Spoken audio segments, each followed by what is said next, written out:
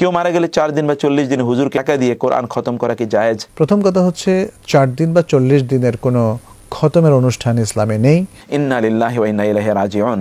প্রিয় ভাইরা, যদি মৃত ব্যক্তিকে কোরআন পড়ে তাকে যদি কোনো বারাকা দেয়া যেত অথবা তার যদি এর মাধ্যমে কোনো কল্যাণ হতো, তাহলে এই পৃথিবীর কোটি কোটি হাজার কোটি টাকার মালিক যারা, তারা কিন্তু তাদের মৃত্যুর পর একদল এইরকম ভাড়াটিয়া লোকের নিয়ে ওইখানে রেখে দিত যে তারা জনম জনম ধরে শুধুমাত্র কোরআন তেলাওয়াত করবে তাদের কবরের পাশে অথবা তাদের বাড়িতে।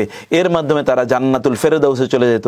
তাইলে আর পৃথিবীর কোনো মানুষের কোনো আমলের প্রয়োজন হতো না। অনেকেই কুল বলতে 4 কুল বুঝান, কুল ইয়া আইয়ুহাল কাফিরুন, কুল হুয়াল্লাহু আহাদ, কুল আউযু বিরাব্বিল ফালাক, কুল রাব্বিন নাস। এজন্য কুল খানি, অর্থাৎ 4 যে কুল আছে, কুল ইয়া আইয়ুহাল কাফিরুন সহ, মানে আরো যে 3টা কুলের সূরা আছে, এগুলোকে খানি করা মানে পড়া। মনে রাখতে হবে আল্লাহ সুবহানাহু ওয়া তাআলা কোরআন নাজিল করেছেন জীবিতদের জন্য। কোরআনে আল্লাহ বলেছেন লিয়ুনযিরা মান কানা হাইয়া, যে জীবিত আছে তাকে যাতে আপনি এই কোরআনের মাধ্যমে আপনি সতর্ক করতে পারেন।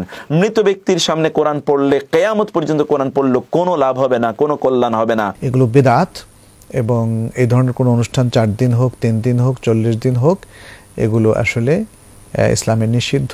যিনি কোরআন তেলাওয়াত করেছেন তার কল্যাণ হবে, আর তিনি যদি এই বিশ্বাস রাখেন যে এইটা পড়লে মৃত ব্যক্তির কোনো লাভ হবে, তাহলে তিনি বেদাতের মধ্যে লিপ্ত হয়ে গেলেন, কারণ এর পক্ষে কোনো দলিল নাই।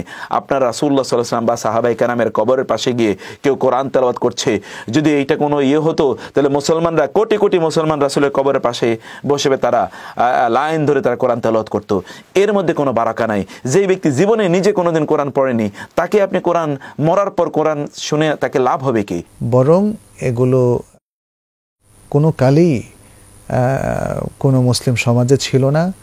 মুসলিম স্কলাররা এগুলোকে রেকমেন্ড করেননি, তারা নিজেরা এগুলোকে পালন করেননি, কিন্তু এগুলো আসলে এসেছে অন্য ধর্মের অন্য কালচার থেকে। আর মিশরীয় সভ্যতায় গবেষণা করলে দেখা যায় যে এটা ফেরাউনরা করত। ফেরাউনদের মধ্যে, ফেরাউন অবশ্যই সেটা ইসলামের আরও বহু আগে, তাদের মধ্যে এই ধরনের শ্রাদ্ধ অনুষ্ঠান বা মৃতকে খাওয়ানোর অনুষ্ঠান ইত্যাদি, কাঙ্গাল ভোজ ইত্যাদি এগুলো ছিল। অতএব এগুলো আসলে মুসলমানদের কোনো অনুষ্ঠান নয়, কিন্তু আনফর্চুনেটলি এগুলো প্রচলিত হয়ে গেছে আজকের কিছু কিছু মুসলিম সমাজে, এশিয়া কিংবা আফ্রিকাতে। না জানা থাকার কারণে মানুষ এগুলোকে মনে করছে এগুলো সওয়াবের কাজ।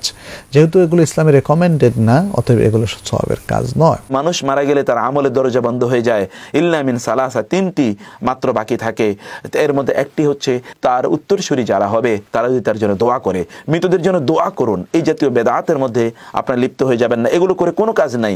এই জন্য একজন কবি বলেছিলেন, আল্লাহ সুবহানাহু ওয়া তাআলা যেটা জীবিতদের জন্য জীবন দর্শন হিসেবে, সংবিধান হিসেবে পাঠিয়েছেন, মুসলমানদের জন্য দুর্ভাগ্য যে মুসলমানরা ওইটা মৃতদের জন্য, তাদের জন্য ওই যে হাদিয়া তোহফা অথবা তাদের জন্য বকশিস, রুহানি, ফয়েজ বরকত ইত্যাদির জন্য এটাকে তারা বানিয়ে ফেলেছে। এটা আমাদের জন্য দুর্ভাগ্য।